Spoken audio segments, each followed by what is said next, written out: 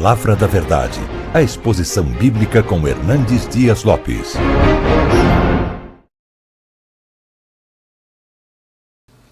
E, sobretudo, para conversar um pouquinho sobre um assunto tão relevante, tão oportuno, tão atual, que é a pregação. Eu acho que todos nós deveríamos nos sentir muito honrados pelo privilégio que temos de anunciar a maior notícia, a melhor notícia, a melhor mensagem, a mais urgente mensagem, a única mensagem que tem poder de transformar vidas, de sermos embaixadores do Rei dos Reis. Amém. Charles Spurgeon costumava se dirigir aos seus alunos nesses termos: meus filhos, se um dia a rainha da Inglaterra convidar vocês para serem embaixadores em qualquer lugar do mundo, não se rebaixem de posto. Vocês já são embaixadores do Rei dos Reis, do Senhor dos Senhores. Nós precisamos restaurar no nosso coração esse senso do sublime no que concerne a pregação. Que privilégio nós temos. Porque quando você prega, você está anunciando a própria palavra do Deus vivo. Você é um vaso de barro, mas esta palavra é um tesouro muito precioso. Você passa, como dizia John Wesley, Deus sepulta os seus obreiros, mas a obra continua. Enquanto você está com vida, aproveite esse privilégio. Quando o Ashbel Green Simon estava morrendo em São Paulo, a sua irmã, esposa de Blackford, debruçada sobre o seu leito, escuta, ela faz uma pergunta para ele: e agora, meu irmão? E agora, como é que vai ficar a igreja presbiteriana? Você está partindo. E ele disse para ela: Deus levantará os seus obreiros. E você e eu somos esses obreiros, estão dando continuidade a esse trabalho. Então eu quero conversar um pouquinho com vocês sobre a questão da pregação. Eu peço que você abra a sua Bíblia comigo, por favor, lá em 2 Timóteo, capítulo 4. 2 Timóteo, capítulo 4. No versículo 2. É interessante que Paulo, quando escreveu esta carta, ele já estava fechando as cortinas do seu ministério. Ele estava preso pela segunda vez em Roma, numa masmorra, e já sentenciado de morte. Ele sabia que não ia sair da cadeia. E ele não estava preso agora por questões doutrinárias, por questões religiosas, pelo ciúme ou inveja dos judaizantes. Não, ele estava preso agora porque Roma estava por trás dessa prisão. E ele chega a confessar isso no capítulo 2, verso 9, que ele estava preso como um bandido, como um criminoso, como um malfeitor. Talvez acusado de ser o chefe daqueles que incendiaram Roma, quando o próprio imperador tinha incendiado Roma e botado a culpa nos crentes. Ele escreve essa carta para dizer que na Ásia havia uma debandada geral. Ninguém queria se associar mais com ele. O cristianismo estava correndo risco seríssimo. Era um tempo muito difícil, de perseguição e de ataque dos falsos mestres. Paulo dá 4 conselhos para Timóteo. Guarda o evangelho, Timóteo. Sofre pelo evangelho, Timóteo. Permanece no evangelho, Timóteo. Prega o evangelho, Timóteo. Hoje eu queria me deter nesse último ponto, capítulo 4, verso 2, quando Paulo diz para Timóteo assim: prega a palavra, insta, quer seja oportuno, quer não. E ele prossegue dizendo: corrige, repreende, exorta com toda longanimidade e doutrina. Eu estou seguro disso, irmãos, de que a palavra é o conteúdo da pregação e a autoridade do pregador. Nós não temos outra mensagem a pregar, a não ser a palavra. Não é pregar sobre a palavra, é pregar a palavra. A palavra é o conteúdo. O pregador, ele prepara o sermão, mas ele não prepara a mensagem. A mensagem é de Deus. A mensagem é a Escritura. E é nessa confiança que temos a promessa de Deus de que a palavra não volta vazia. Mas a palavra que não volta vazia não é a palavra do pregador, é a palavra de Deus. Então o pregador só tem a promessa de que a mensagem que ele vai anunciar é vitoriosa se ele prega a palavra. Eu não tenho liberdade nem direito de criar a mensagem, de inventar a mensagem, de mudar a mensagem, de diminuir a mensagem, de acrescentar a mensagem. Por isso é pregar a palavra. Quando você prega a palavra, você está debaixo da autoridade do Deus que deu a palavra.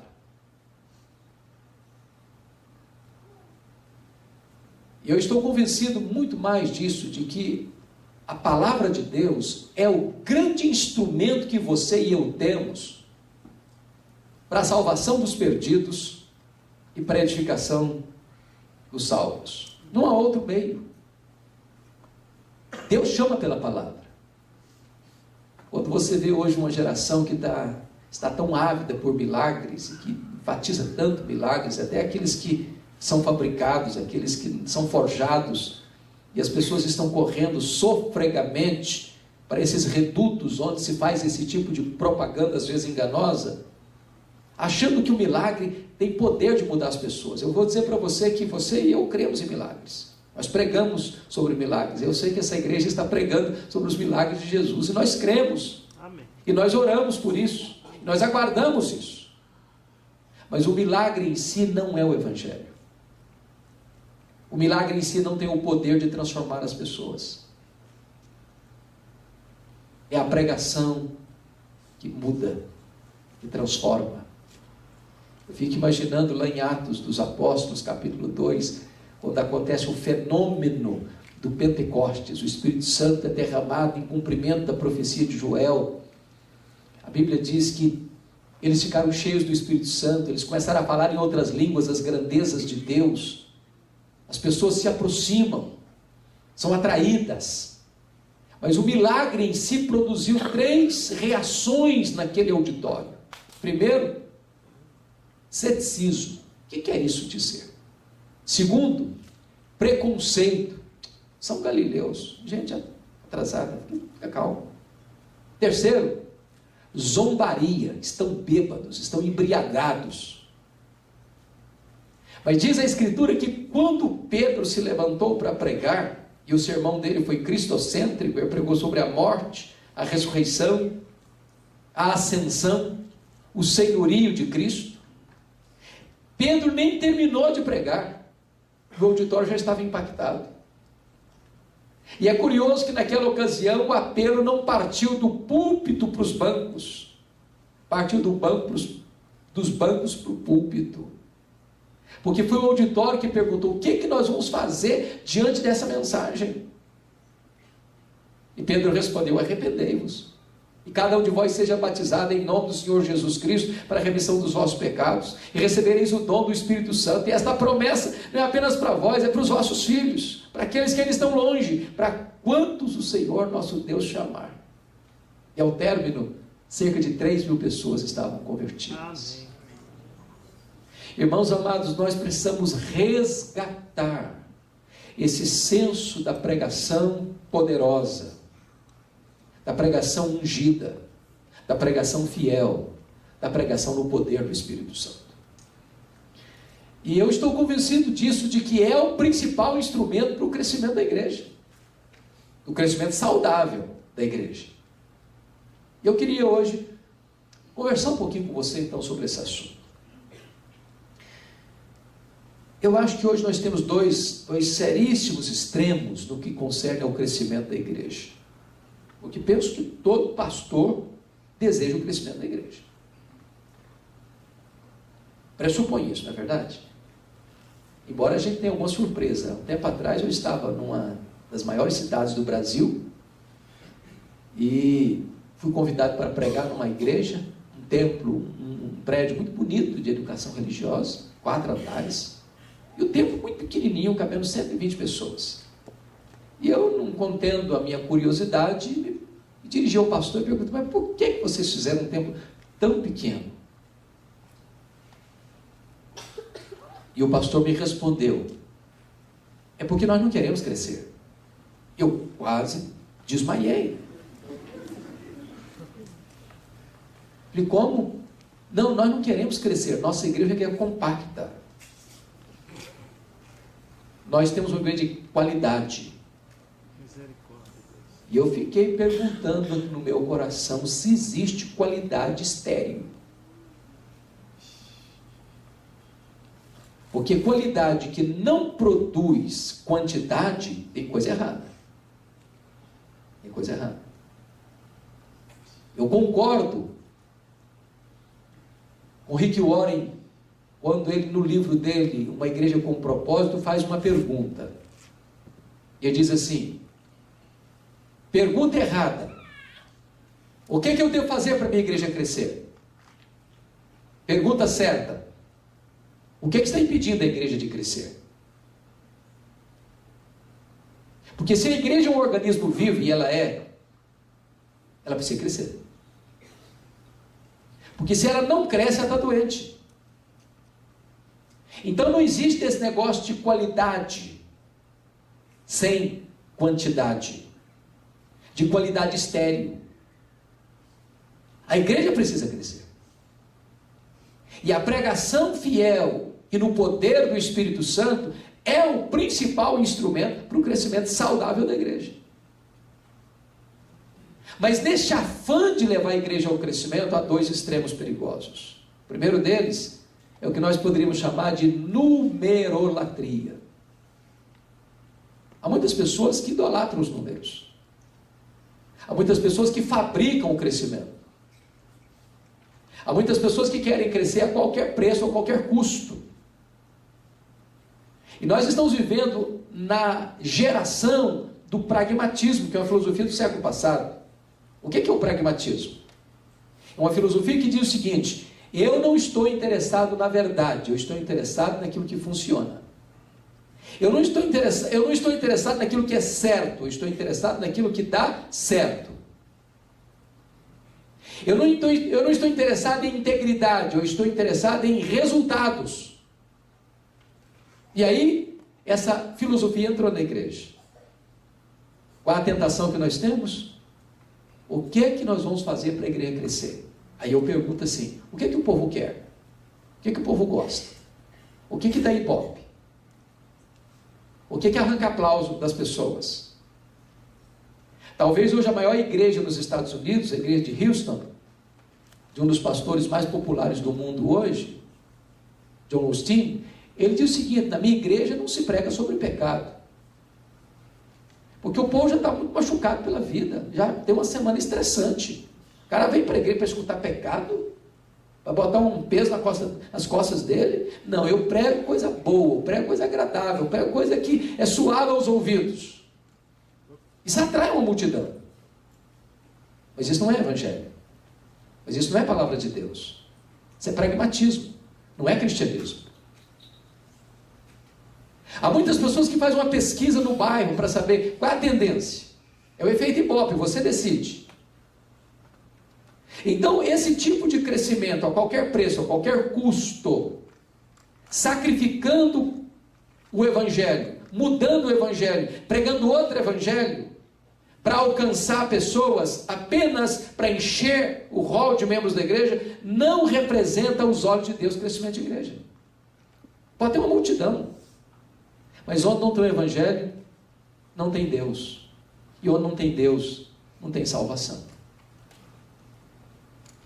Então, é muito importante entender que Deus não quer apenas o crescimento da igreja, Ele quer o crescimento saudável da igreja. Mas se esse é um extremo que nós não podemos entrar por ele, tem um outro extremo também muito perigoso, que eu acho que, quanto a nós presbiterianos, nos atinge de forma mais direta, que é o problema da numerofobia, o medo dos números. Às vezes a gente tenta tapar o sol com a peneira.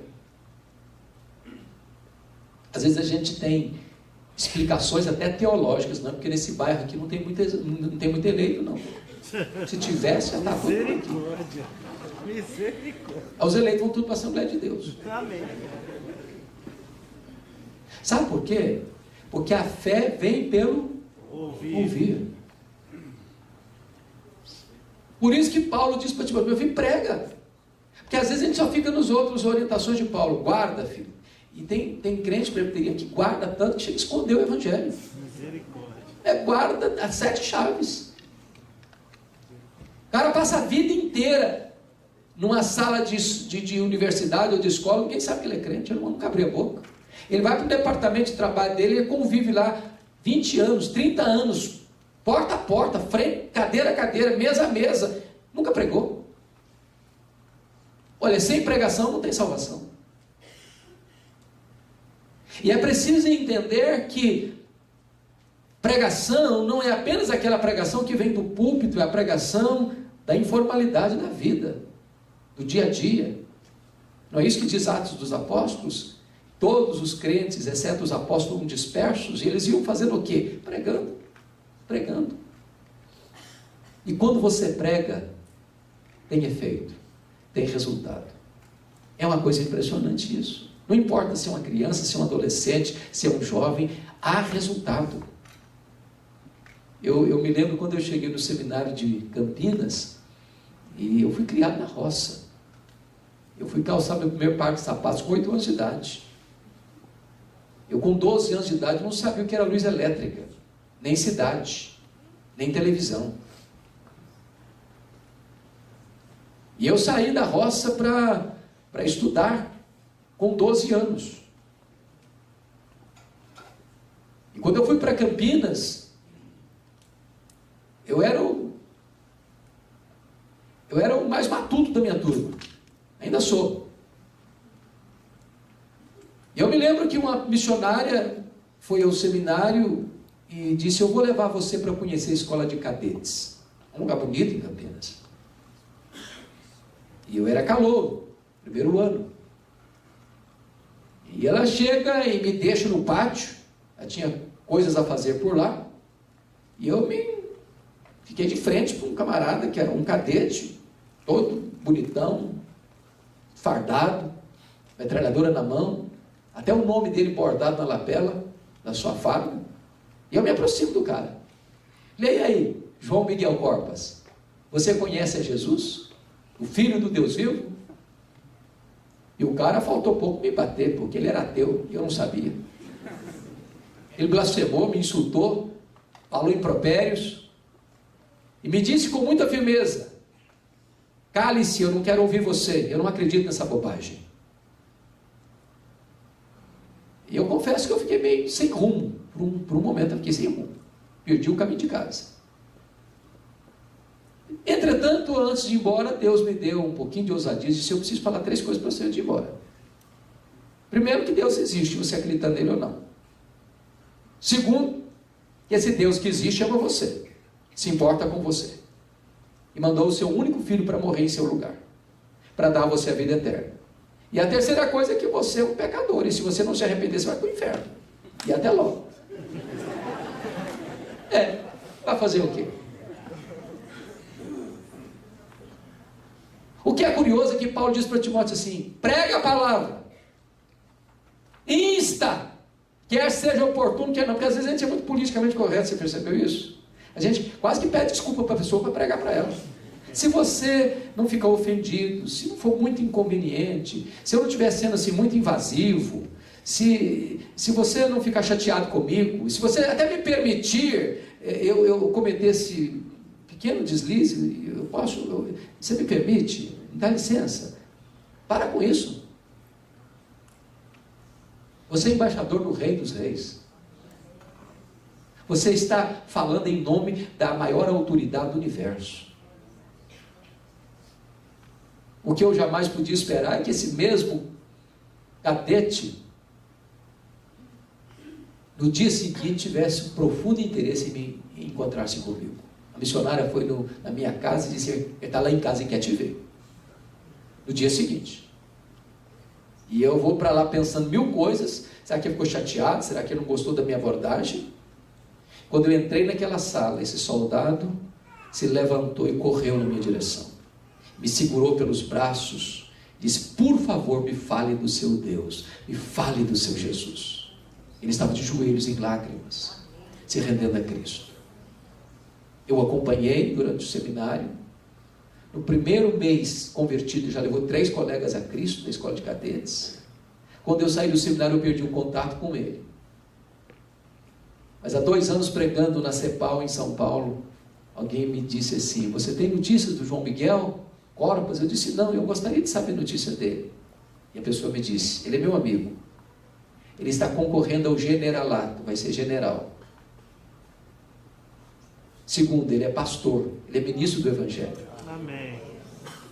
Na semana seguinte eu estava na igreja presbiteriana de Vila Mariana, pregando, e lá estava o João Miguel Corpas com a sua esposa, para me dar um abraço. Há poucos dias eu jantei com ele, com a família dele lá em Santos, e ele me contando os milagres que Deus fez na sua vida. Então, meu amado irmão, o privilégio de pregar não é apenas no púlpito, é na informalidade da vida. Abra sua boca, porque o poder não está no seu conhecimento, nem na sua metodologia, nem na sua eloquência. O poder está na palavra do Deus vivo. O Evangelho é o poder de Deus para a salvação de todo aquele que crê. Então, note uma coisa: nós não podemos ficar dando desculpas com essa questão da numerofobia. A nossa igreja é uma bênção, não entrou ninguém, mas também não saiu ninguém. A igreja é uma igreja que cresce. Cresce a partir da pregação, cresce a partir do testemunho. Eu estava pesquisando sobre esse assunto certa feita, e um homem que me chamou muita atenção, talvez foi o missionário mais relevante do cristianismo no século XX, chama Donald McGavran. Este homem trabalhava na Índia, na área burocrática, um centro missionário, quando de repente uma pergunta mexeu com o coração dele. E a pergunta foi essa: por que é que algumas igrejas crescem e outras não? Para responder essa pergunta, ele saiu do seu trabalho, percorreu o mundo, fazendo pesquisa. Por que é que algumas igrejas cresciam e outras não? Ele ficou tão apaixonado pelo tema que ele resolve criar um instituto de crescimento de igreja em Oregon, nos Estados Unidos. Sabe com quantos alunos? Com um aluno. Um aluno. Nem americano era boliviano. Mais tarde o seminário de Fuller o convida para ir para a Califórnia e ter lá no seminário de Fuller um centro para o crescimento da igreja, movimento de crescimento de igreja. O que é triste, que é lamentável, é que mais tarde este movimento de crescimento de igreja, esse centro de crescimento de igreja, muda o seu rumo. Vem Peter Wagner, vem outros sucessores, mergulham no pragmatismo e abandonam a principal ênfase, que era a pregação fiel da palavra de Deus. David Ebb, que é um pastor presbiteriano, escreveu um livro que foi traduzido para o português a meu pedido, a editora Candeia, Pregação Poderosa para o Crescimento da Igreja. E nesse livro, David Ebb faz uma pesquisa nas teses, monografias e dissertações do movimento de crescimento de igreja lá do Fuller, e chega a uma conclusão muito triste, que pouquíssimos alunos enfatizaram a pregação como instrumento legítimo e eficaz para levar a igreja a um crescimento saudável. Tom Rainer, num dos livros mais importantes do século passado, fez uma das mais profundas e balizadas pesquisas sobre o crescimento de igreja em 576 igrejas batistas da Convenção do Sul, E ele chegou à seguinte conclusão, que entre igrejas de 10 mil membros a 100 membros, nessa pesquisa, a vasta maioria das igrejas identificou a pregação como o principal fator que levou aquelas igrejas ao crescimento saudável. E eu estou seguro disso, de que a pregação fiel, ela combate, penso eu, os 4 principais problemas que atingiu a igreja evangélica no século XX, no século XXI.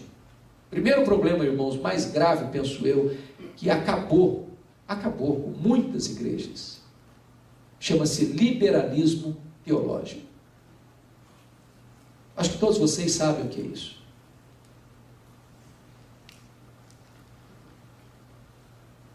Talvez fruto do racionalismo, fruto do iluminismo, muitos seminários já não creem mais que a Bíblia é a palavra de Deus, já não ensinam mais a Bíblia como palavra de Deus, já olham para a Bíblia e acham que a Bíblia é um livro cheio de erros, de contradições, de falhas, de mitos, e então não tem mais autoridade, então essa palavra não tem mais conteúdo suficiente para atender a necessidade da alma humana, então não se tem mais nada para pregar. E o que aconteceu? Os seminários se transformaram em centros de incredulidade. Olha para a Europa, o berço do protestantismo, onde aconteceu a reforma, movimento dos puritanos, movimento dos pietistas, movimento dos morávios, as missões modernas, os avivamentos espirituais. A Europa hoje é um continente pós-cristão. É triste constatar isso. Eu estive recentemente pregando em Genebra, fui visitar o Museu João Calvino, meu Deus, uma lástima, uma coisa completamente sem significado, uma casa velha, mas caindo aos pedaços, sem valor qualquer, sem impacto nenhum, uma cultura totalmente secularizada, uma cidade que já foi a maior maquete do reino de Deus na terra. Tive ano passado pregando em Londres, o pastor, chorando comigo, disse assim: pastor Hernandes, a Inglaterra não é mais o país de George Whitefield, John Wesley. A Inglaterra não é mais o país de William Carey, de William Wilberforce. A Inglaterra não é mais o país de John Charles Ryle, de Charles Haddon Spurgeon. A Inglaterra não é mais o país de Mark Lloyd Jones e de John Stott. A Inglaterra hoje é o país de Richard Dawkins, o patrono dos ateus. Os templos estão sendo vendidos e transformados em boates, em museus, em mesquitas muçulmanas. E menos de 4% dos crentes frequentam hoje um templo evangélico na Inglaterra. O ano passado eu estava pregando numa conferência em Nova York. Depois da conferência, um pastor da Assembleia de Deus me convidou para pregar, e eu estava indo para o templo, para a igreja dele, e ele passou por dentro de alguns bairros. Num trecho de pouco mais de meia hora de jornada, ele me mostrou 11 templos que estavam sendo vendidos, já vazios, porque o povo já tinha debandado, ido embora. Visitei recentemente o seminário de Princeton, New Jersey, onde estudou Ashbel Green Simonton, onde ensinaram homens como Hodge, como Warfield, um seminário que treinou e formou pastores, missionários, teólogos que abençoaram o mundo. Hoje é um centro de incredulidade, de ateísmo. Eu achei muito curioso, porque nos livros que estavam lá sendo examinados para estudar aquele ano, não tinha um sequer de orientação ortodoxa. Li até com muita tristeza uma teóloga americana censurando a igreja brasileira por não considerar o candomblé uma vertente da fé cristã. Misericórdia. Onde o liberalismo entra e mata a igreja. E eu posso garantir outra coisa para vocês: o liberalismo teológico, ele produz liberalismo ético. Sabe por quê? Porque a ética é filha da teologia. Se a pessoa não é fiel à palavra, ela não vai ter uma vida certa, porque não tendo doutrina certa, não tem vida certa. A pregação da palavra de Deus corrige isso, irmão. Porque não dá para você ser um liberal e pregar. Mas quando você prega, o machado da verdade secciona a raiz venenosa desse mal, desse câncer que tem matado tantas igrejas no mundo, inclusive no Brasil. Há poucos dias, pastor Foster, eu estava com um pastor de uma denominação que está se rendendo ao liberalismo, e esse colega estava chorando comigo, dizendo o seguinte: a nossa denominação, esse ano, disse ele, se era final do ano, não batizou um crente por igreja, em média, por ano. Nós já temos denominação no Brasil que estão perdendo membros ano após ano. Sabem por quê? Porque se capitularam ao liberalismo. Mas se esse é um grande problema, nós temos um outro problema aqui no Brasil também muito forte. É o problema do sincretismo religioso. É impressionante isso, irmãos, como a igreja brasileira está se tornando uma igreja mística, sincrética. É a igreja que precisa criar todo dia, toda hora, uma novidade para atrair as pessoas. Campanhas e mais campanhas para atrair as pessoas. Dando os nomes os mais variados. A criatividade tem que se elastecer ao máximo. Porque não se crê mais que a Bíblia é a palavra de Deus, que ela é atual, que ela é oportuna, que ela é suficiente, que não precisa inventar moda, que não precisa inventar a roda, precisa trazer novidades do mercado da fé. A Bíblia é a palavra de Deus e acabou. Amém. Eu não tenho outra mensagem. Ela foi atual ontem, ela é atual hoje, vai ser atual amanhã. Eu não preciso criar fatos novos. Não precisa gerar uma mensagem mais palatável, mais agradável aos ouvidos. Não, é a palavra de Deus. E a palavra de Deus, ela quebra a dureza do coração, mas também ela é bálsamo para curar as feridas. Nós estávamos conversando hoje no almoço. O que determina se a mensagem é dura ou se ela é consoladora não é o pregador, é o texto. O pregador, quando se levanta, ele não vai mudar o texto é que determina se a mensagem é dura, de confronto, ou se é uma mensagem de bálsamo, de refrigério e de consolo. Ela exorta, ela corrige, ela ensina, ela consola. Prega a palavra. Mas há um outro problema hoje gravíssimo que eu penso que a pregação corrige. E talvez nós presbiterianos precisamos pensar muito nesse assunto. Chama-se ortodoxia morta. Eu até creio, irmãos, que nós, na nossa vasta maioria, não pregamos heresia nos nossos púlpitos.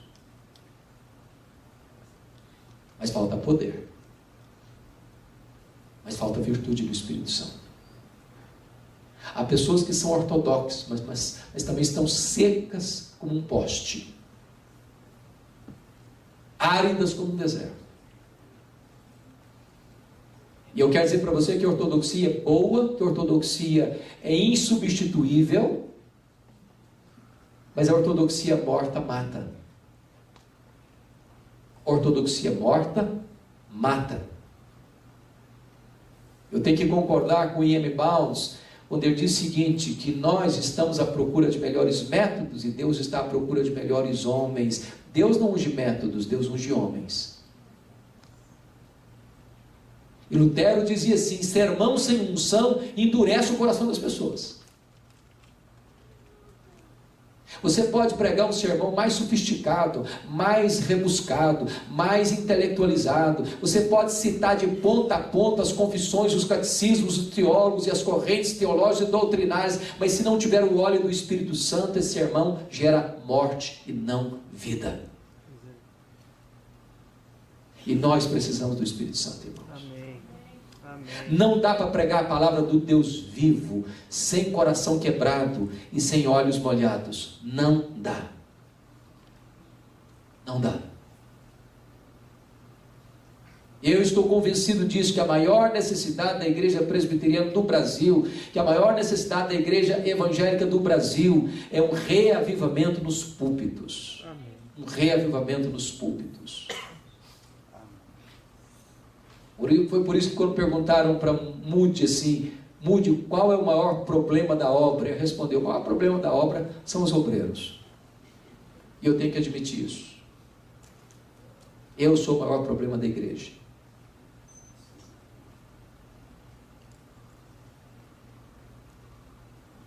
Quando perguntaram para Moody, como é que começa um avivamento na igreja? Ele diz, acenda uma fogueira no púlpito. Porque se o pregador for um graveto seco a pegar fogo, até lenha verde vai começar a arder. Foi isso que levou John Wesley a dizer o seguinte, bota fogo no seu sermão, ou então, bote o seu sermão no fogo. Nós precisamos de um reavivamento no púlpito, queridos. Desesperadamente precisamos. E eu queria hoje, então, focar um pouquinho com você sobre um tipo de pregação que nós entendemos ser a melhor forma de você pregar a palavra de Deus, que é a pregação expositiva. Quando você fala de sermão, nós temos hoje, basicamente, sem entrar em detalhes, 3 tipos básicos de sermão. Nós chamamos de sermão tópico, ou temático, e sermão textual, e sermão expositivo. A maioria de nós, pastores, está aqui, já passou por isso, já estudou sobre isso. Eu acho que a maioria dos crentes que estão aqui tem uma pequena noção do que seja isso. O sermão tópico ou temático é quando você vai para a Bíblia procurar um assunto. Eu quero pregar sobre a ressurreição, quero pregar sobre a Páscoa, eu quero pregar sobre perdão, eu quero pregar sobre arrependimento, eu quero pregar sobre a fé. E aí você passeia pela Bíblia procurando argumentação, amparo para você trabalhar esse assunto. E você então usa toda a Escritura para fundamentar esse assunto. Eu não estou dizendo que é errado pregar um sermão temático, mas não é a melhor maneira de pregar. Esse sermão é chamado por alguns de sermão nariz de cera. Você bota o sermão para onde você quiser. Dependendo da criatividade do pregador, ele faz o sermão enquanto sai de casa até o templo. Isso levou Haddon Robson, que talvez seja hoje, pastor Roster, a maior autoridade homilética viva no mundo. Ele é professor lá no Gordon, lá nos Estados Unidos, em Boston, a dizer o seguinte, que um pregador deveria pregar um sermão tópico a cada 10 anos, e depois de pregar, pedir perdão para Deus.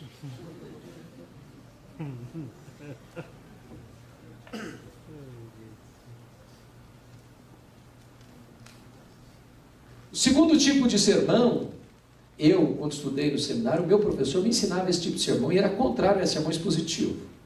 Era o sermão textual.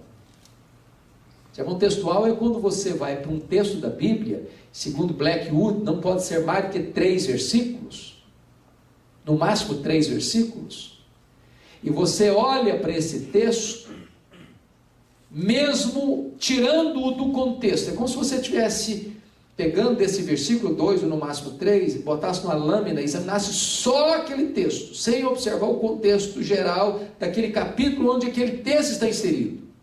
Por exemplo, vamos imaginar que você esteja querendo falar sobre música na igreja, o departamento de música convidou você para dar uma palestra ou um sermão sobre esse assunto, e aí você pega lá o Salmo 40, versículo 3, é escrito assim, me pôs nos lábios um novo cântico, um hino de louvor ao nosso Deus. Muitos verão essas coisas, temerão e confiarão no Senhor. Você não quer expor o capítulo 40 do Salmo, ou o Salmo 40. Você só quer focar nesse versículo, que trata de música. Então você vai olhar e tirar desse único versículo seu tema e as suas argumentações. Aí você olha, e me pôs nos lábios. Bom, quem põe nos lábios? Deus. Então Deus é a origem dessa música. Me pôs nos lábios o quê? Um novo cântico. Está falando da natureza dessa música. Mas essa música é um hino de louvor ao nosso Deus. Está falando do propósito desta música. E essa música tem um resultado. Muitos verão essas coisas, temerão e confiarão no Senhor. O resultado dessa música. Então você falou da origem, da natureza, do propósito e do resultado. Você encontrou 4 divisões num único versículo. Ok, está ótimo. Só que você tirou esse texto de um contexto em que talvez a intenção do escritor sagrado não era falar sobre música, era outra coisa. É por isso que a melhor forma de você pregar é pregar expositivamente. Porque o que é pregar expositivamente? É você ir para o texto, ou para um parágrafo, ou para um capítulo, e você examinar todo o texto à luz do seu contexto gramático, histórico, e você então vai fazer a seguinte pergunta: o que é que o autor, quando escreveu esse texto, queria dizer? O que é que esse texto está dizendo? De tal forma que você dará ao povo que está ouvindo a você exatamente o mesmo sentido que o autor que escreveu aquele texto tinha ao escrevê-lo, inspirado pelo Espírito Santo. Você não torce, você não proíbe em nome de Deus o que Deus não está proibindo, você não promete em nome de Deus o que Deus não está prometendo. Você tem o compromisso de passar para o seu povo exatamente o conteúdo e a intencionalidade do texto, conforme ele foi registrado. E eu costumo dizer o seguinte, que quando você fala de pregação expositiva, a melhor maneira de você assimilar isso é decorar 3 verbos. Se você decorar 3 verbos, eu te garanto que você entendeu o que é pregação expositiva. Você quer registrar esses verbos? Primeiro verbo: ler o texto. Ler o texto. Eu não sei se você já escutou um pregador que se levanta para pregar e abre o texto e atropela o texto na hora da leitura. Ele lê atabalhoadamente. Ele lê tropeçando nas próprias palavras. E quando você escuta isso, você chega a algumas conclusões assentado no banco. Primeira conclusão: esse pregador não estudou o texto. Segunda conclusão: esse pregador não se preparou para pregar. Terceira conclusão: ele não conhece o texto. Quarta conclusão: ele está desprezando o texto. Quinta conclusão: o que é importante é o que ele vai falar e não o que o texto está dizendo. E você já fica vacinado para não ouvir. Deixa eu dizer uma coisa para você: a parte mais importante do sermão é a leitura do texto. Porque você só vai pregar se você tiver compromisso com o texto que você leu. A não ser que você seja como aquele pregador que diz assim: eu já tenho o sermão prontinho, só me falta o texto agora.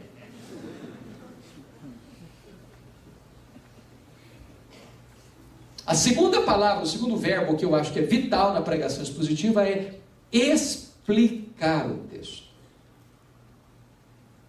Se você não explicar o texto, você não pregou. Não é daquele tipo de pregador que lê o texto, vai embora do texto e nunca mais volta ao texto. E você fica perguntando: meu Deus, mas por que leu isso? Não estou entendendo. Onde ele vai chegar? Ele não chega, porque nem saiu ainda. Agora notem vocês, era esse o entendimento de João Calvino. Para João Calvino, pregação era explicação da palavra de Deus. E nós pastores, quando passamos pelo seminário, temos um termo técnico, que a gente usa muito, chamado de exegese. O que é exegese? Essa palavra vem de um termo grego, tem um prefixo, ex, que significa extrair do texto o que está no texto. Então veja bem, quando o pregador vai pregar, ele não vai para o texto com seus pressupostos, com as suas conclusões prévias. Ele vai para o texto para perguntar assim, o que é que esse texto quer dizer? Qual é a mensagem desse texto? O que é que estava na mente do escritor quando escreveu esse texto? Qual o significado aqui? O que ele precisa fazer é tirar do texto, cavar o texto e trazer à tona o que está lá no texto. Senão ele não pregou. O contrário de exegese é exegese. E exegese tem um prefixo de ex, que é introduzir no texto o que não está no texto. É a pessoa que já chegou às suas conclusões e quer que o texto reafirme as conclusões que ele tem. Imponha ao texto as suas conclusões. Mas isso não é pregação. Pregação é ir para o texto e explicar o texto, trazer à tona. Sabe o que é bonito nisso? Porque o pregador expositivo, as pessoas não ficam admiradas com o pregador. Não ficam. Elas não ficam encantadas com ele. Elas ficam encantadas com o texto, com a palavra de Deus. Elas não saem lá na porta, que pregador maravilhoso, eles saem dizendo, que mensagem gloriosa, que bênção de mensagem, a palavra de Deus é maravilhosa. Não é a personalidade do pregador que está em jogo, que está em disputa, não é a eloquência dele, não é a capacidade, nada disso, é a beleza, é a riqueza, é a profundidade, é a sublimidade da palavra de Deus.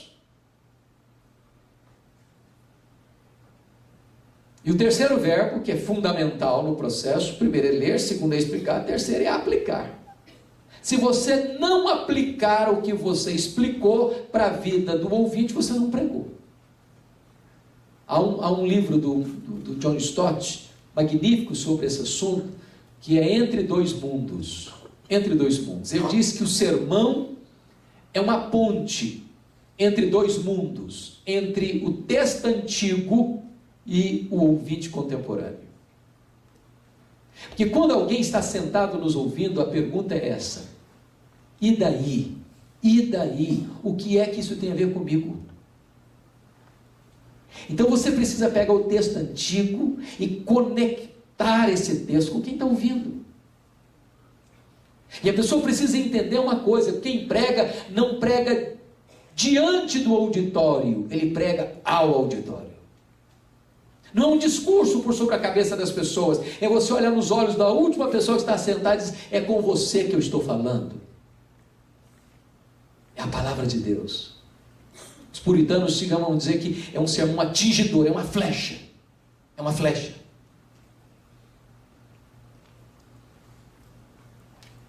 É preciso aplicar, queridos. Senão, a gente vai fazer igual aquele camarada que está pregando sobre João 10. O cara falou sobre o pastor, falou sobre a ovelha, falou sobre pastagens, falou sobre os perigos da ovelha, as fraquezas da ovelha, a miopia da ovelha, e os lobos que atacam as ovelhas. E falou, e terminou o sermão dele há 2000 anos, lá nas campinas da Judéia. E o cara estava escutando, falou: mas e daí, meu Deus do céu, o que tem a ver isso comigo? E daí? Agora, preste atenção nisso. Tem pregador que tenta aplicar sem explicar também. Já viu o pregador que ele já começa a pregar, já aplicando, mas ele não expõe nada ainda, aplicar o quê? Haddon Robson tem um livro que eu acho magnífico, onde ele trata da questão da aplicação. Ele diz que a coisa mais perigosa da pregação é o que eu chamo de a heresia da aplicação. E a heresia da aplicação se dá pelo mau entendimento do texto. Quando a interpretação é errada, a aplicação é errada também. Isso é igual médico. Você vai no médico, você fez o diagnóstico da sua doença errado, ele vai te dar o remédio errado. Se o diagnóstico está certo, o remédio que vai dar não vai dar certo também. Eu explico para você esse negócio de aplicação errada. Eu estava pregando em Governador Valadares um dia e retornando de carro para Vitória. É longe que dói. E eu estava sozinho, era quase 3 horas da madrugada, e eu estava com muito sono, quase chegando em casa, mas não aguentava mais. Faltava ainda uns 50 quilômetros, e eu já estava cochilando no volante. Aí eu me lembrei, não, tem um rádio aqui, vou ligar o rádio, e quem sabe uns barulhos me faz acordar. Quando eu liguei, tinha um pregador muito animado, 3 horas da manhã quase, pregando um sermão sobre Sansão. E aquele troço me despertou. Me despertou. E ele pregando animado, que você tem que matar o seu leão. Eu falei, é esse mesmo, eu tenho que matar também, o meu leão aqui está grande, eu preciso vencer esse leão do sono, e vão para aqui, vão para ali. Eu falei, mas se você matar o seu leão, você tem uma grande recompensa, você pode beber o mel. Aí eu falei, meu Deus, o cara não entendeu o texto. Ele não entendeu o texto. Lembra lá da caveira do leão morto lá, pegou um favo de mel e começou a chupar? Aqui não era recompensa coisa nenhuma. Aquilo era uma quebra de um voto de nazireada. Aquilo era uma maldição na vida dele. Ele não podia tocar em cadáver. O pregador não entendeu o texto. Porque não entendeu o texto, ele estava dizendo que era uma bênção, aquilo que era maldição. Então preste atenção, você não pode prometer em nome de Deus o que Deus não está prometendo. Que prometer em nome de Deus o que Deus não está prometendo é ser um falso profeta. Um falso profeta. Meus irmãos, nós lidamos com o sublime, nós não podemos brincar com a palavra de Deus. Não podemos. Por que algumas pessoas, mesmo sabendo, evitam pregações positivas? Eu acho que as principais razões por que muitos não pregam expositivamente, primeiro que não aprenderam no seminário. Eu mesmo não aprendi não. Eu me lembro, o reverendo Washington está aqui, meu colega de classe, que um dos nossos colegas, eu não vou falar o nome dele, pregou no sermão de prova um sermão expositivo. Ele levou chumbo de todo lado. Naquela época parecia que seria infiel se pregasse um sermão expositivo. Hoje, graças a Deus, os nossos seminários ensinam pregação expositiva. Segundo, sabe por que as pessoas não pregam expositivamente? Eu vou fazer uma constatação aqui. A maioria dos pastores possui uma biblioteca sofrível. Sofrível. Eu já tenho pregado em mais de 1000 igrejas pelo Brasil afora, e uma das coisas que eu gosto de fazer é visitar a biblioteca do pastor. E eu confesso para vocês que alguns colegas têm pouquíssimos livros, alguns até muito amarelados com o tempo. E a conclusão que eu chego é a seguinte: ou esse colega é um fenômeno, ou ele é um fenômeno. Oh meu Deus do céu, o povo dele está passando fome.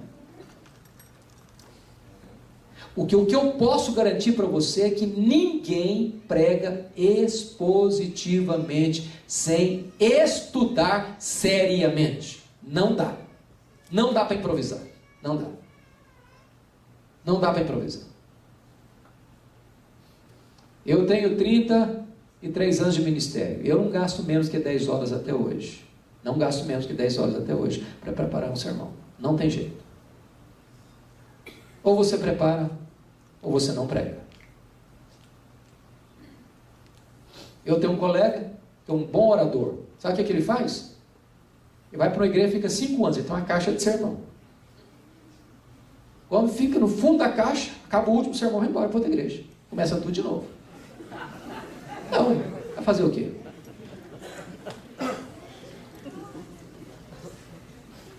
Para você alimentar o povo de Deus, semana após semana, com pão fresco do céu, é preciso estudar. Mas é curioso também que a cultura do nosso povo, irmãos, é triste. Sabe por quê? Porque tem muitas ovelhas que pensam que quando o pastor está no escritório estudando, ele não está trabalhando. A cultura do nosso povo é que estudar não é trabalhar. Sabe o que Paulo ensina? Que aqueles que se afadigam na palavra são dignos de redobrados honorários. Dê graças a Deus se o seu pastor está queimando fosfato em cima dos livros. Amém. Ele está cumprindo o que Deus mandou fazer. Amém. Se preparando para pregar. Porque às vezes os crentes são assim. Um dia um crente estava passando na porta do pastor, na casa do pastor, casa pastoral, a janela aberta, o pastor lá, 7 horas da manhã, com o livro aberto, estudando. Aí o pastor passou, o crente passou na porta assim, Está descansando, hein, pastor? Não, meu irmão, eu estou trabalhando. Aí o crente voltou no compromisso dele lá, encontrou o pastor lá no quintal, com a enxadinha na mão, capinando lá no quintal, tal. Aí o crente falou, está trabalhando, hein, pastor? Não, meu filho, agora eu estou descansando. Agora eu estou descansando.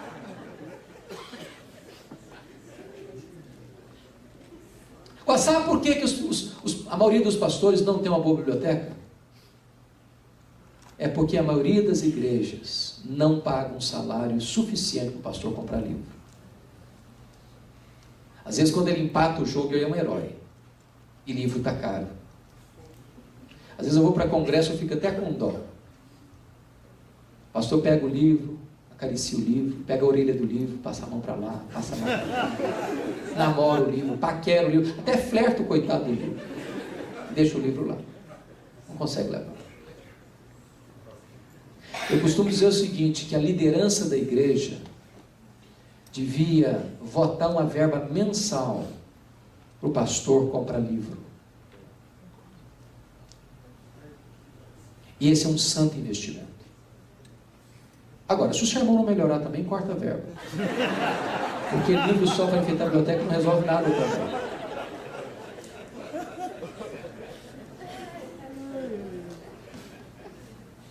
Outra razão por que os pastores não têm uma boa biblioteca é também porque para muitos não é prioridade. Eu confesso a vocês que eu fui, pastor Rosta, um dos seminaristas mais pobres que tinha em Campinas na minha época. Naquela época a gente ia trabalhar em igreja, algumas igrejas davam uma ofertinha. Minha oferta era só o preço da passagem e a comida. Nunca soube o que é uma oferta assim de pregar como seminarista. Mas eu dava graças a Deus, porque eu sempre fui criado fora de casa desde os 12 anos, e no seminário uma coisa que não existia era fome. A gente comia demais. Tinha café da manhã, tinha almoço, tinha janta, tinha café da tarde, café da noite. Era uma abundância de comida. Graças a Deus. Mas dinheiro não tinha, não. Quando a gente ia de ônibus circular para a cidade, era um luxo. Um luxo. Porque o normal era ir a pé. Mas toda a moeda que caía na minha mão era para comprar livro. Eu saí do seminário com uma boa biblioteca. Eu já passei no ministério 8 anos sem comprar uma camisa. Nunca deixei de usar nova, porque igreja tem um negócio chamado de SAF, que é uma benção. Mas nunca deixei de comprar livro. Livro é matéria-prima. É a mesma coisa de um bisturi para um cirurgião, uma enxada para um agricultor. Quem não gosta de ler e é pastor, confundiu o chamado. Confundiu o chamado. Porque o pastor é alguém chamado para alimentar o rebanho. E alimentar com a palavra do Deus vivo. E ele tem que se afadigar na palavra. Outros pastores não pregam expositivamente, mas que tem uma cultura brasileira curiosíssima, pastor Roster. Eu já escutei crentes dizer assim, o bom sermão é um sermão de 20 minutos. O cara para falar mal bobagem do mundo, se pregou 20 minutos, está ótimo. Hoje não, hoje na época da televisão, do mundo colorido, de iPad, de iPod, não sei mais o que, de não sei o que, não sei o que, não sei o que, ninguém aguenta mais um sermão de 40 minutos. Bobagem. Bobagem. Talvez ninguém aguente um sermão de 10, se for ruim. Mas se você se preparar para pregar, o povo aguenta e quer um sermão suculento, substancioso, que ele vai para casa alimentado, fortalecido. Amém. Fortalecido. E por causa disso, em muitas igrejas, a música, o teatro, a coreografia, a dança, etc, etc, etc, tomou o lugar do púlpito. Eu tenho coisas curiosas que acontecem comigo. Às vezes o cara me convida para pregar numa igreja, me paga uma passagem cara de avião, e eu vou e o pau rola. O pau rola, o pau rola, o pau rola, o pau rola. Lá pelas tantas, o cara bate na minha perna, dá para pregar 15? Eu falei, dá até para não pregar, filho. Ué, aqui eu sou convidado.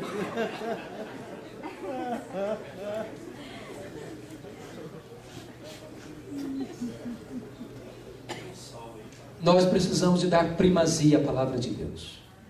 Primazia à palavra de Deus.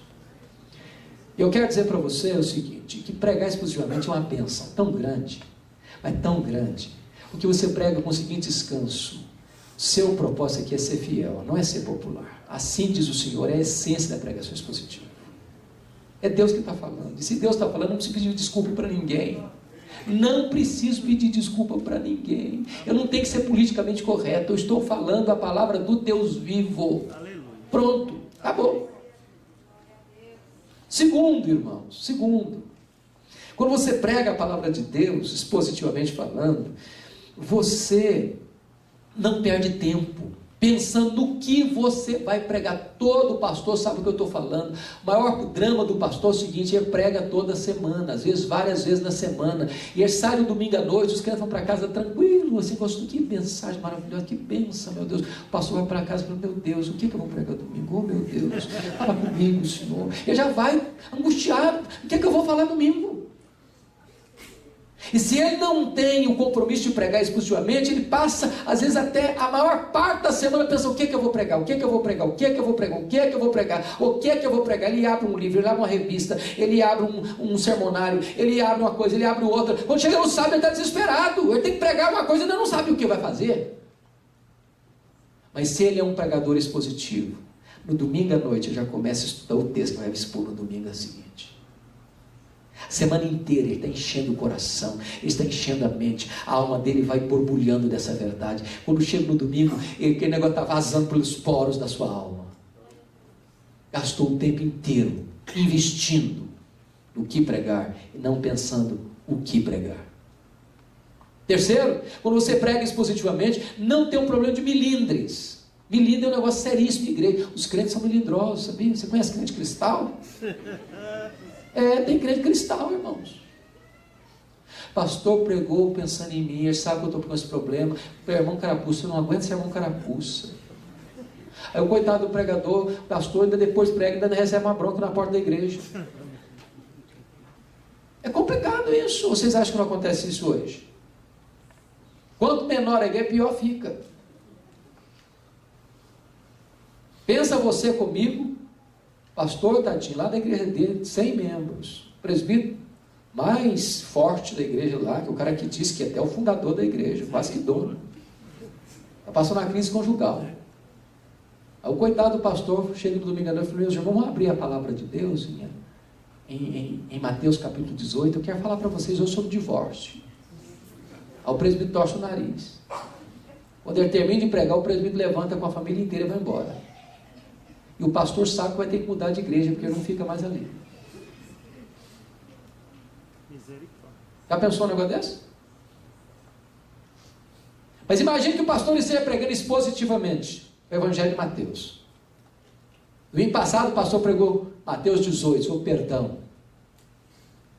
Aí domingo que vem, o que o povo espera que o pastor pregue? Mateus 19. Qual o assunto? Divórcio. Se o presbítero que está com problema não quer escutar sobre o divórcio, não vai para a igreja. O pastor vai pregar sobre o divórcio. Ele vai pular o texto, não. Não tem carapuça, não tem milindre. Ele está expondo a palavra de Deus. Você não fica com essa preocupação. E às vezes a gente fica preocupado, sabia? O pregador que fica refém do auditório, irmãos, ele deixa de ser um profeta de Deus. Preste atenção no que eu estou dizendo. O pregador que é refém do auditório não é um profeta de Deus. Sabe o que é refém do auditório? Eu não posso pregar isso porque a família tal está enfrentando esse problema. Eu não posso pregar sobre aquilo porque a família outra está enfrentando aquele problema. Eu não posso também abordar esse assunto porque senão o fulano de tal vai ficar ofendido. Também esse assunto eu não posso abordar porque senão vai mexer com o fulano de tal. Esse assunto eu não posso porque o maior dizimista da igreja também vai ficar chateado. Então eu começo a ficar sem beira e nem eira.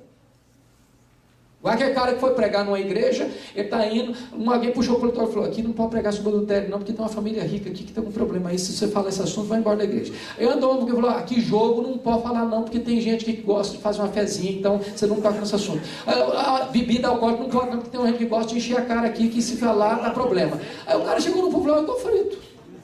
O que eu vou fazer? Eu não posso pregar sobre adultério, não posso pregar sobre jogo, não posso pregar sobre bebida. Ele levantou um gaiato no fundo e falou: pega sobre judeus, não tem nenhum aqui, não pode falar à vontade.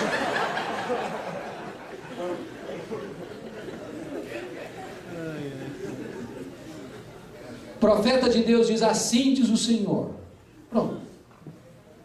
Eu não estou aqui para agradar, não estou aqui para receber um tapinha nas costas depois do culto. Eu estou aqui para ser fiel ao Deus que me chamou a pregar. Mas, irmãos, tudo isso não funciona se você não for uma pessoa cheia do Espírito Santo de Deus. A pregação não pode ser divorciada da vida do pregador. Porque só um homem chama, prega fervorosamente. Mark Lloyd Jones diz que pregação é lógica em fogo, que emana de um homem que está em fogo.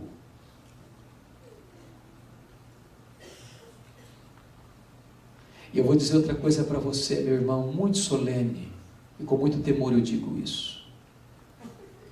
Ser pastor não é um território favorável a uma vida espiritual abundante. Não é. Não tem nada mais perigoso para a vida espiritual do que a familiaridade com o sagrado. Não tem. Não tem nada mais perigoso do que acostumar-se com o sagrado. Um dia um pastor me disse, isso tem pouco mais de um mês: pastor Hernandes, eu me tornei um profissional em fazer sermão. Mas isso não tem nada mais a ver comigo, isso não mexe mais com a minha vida. Deus tem misericórdia. Me tornei um profissional. Que Deus nos livre disso, irmãos. Amém. Que Deus nos livre disso. Você que prega precisa crer no que você faz. Vocês conhecem a história de Whitefield, que foi chamado o maior pregador de praça pública da história da humanidade. Esse homem pregou 35 anos. Esse homem pregou para auditório de 2.000 a 50.000 pessoas em praça pública sem microfone. Até hoje eu não sei o que é isso. Que qualquer de nós pregadores que está aqui, se botar 2.000 pessoas para a gente pregar sem microfone, no final a gente não tem voz mais. Esse homem pregava de 2 a 5 vezes por dia. Um dia David Hume, que era o patrono dos agnósticos da Inglaterra, foi visto em Londres correndo, no século XVIII, correndo no meio da rua. E alguém disse: o que você está fazendo aí, cara? Correndo na rua. Eu falei: eu vou ouvir George Whitefield pregar. O cara ficou chocado, falou: você não acredita no que ele prega, acredita? Não, eu não acredito não, mas ele acredita no que prega. Ele acredita no que prega.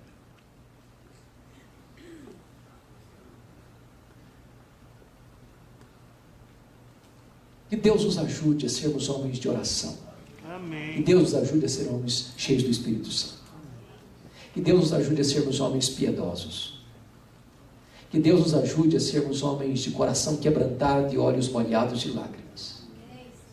Que Deus nos ajude a experimentarmos um avivamento no púlpito. Aleluia. Para que os bancos peguem fogo também. Aleluia. Que Deus nos ajude.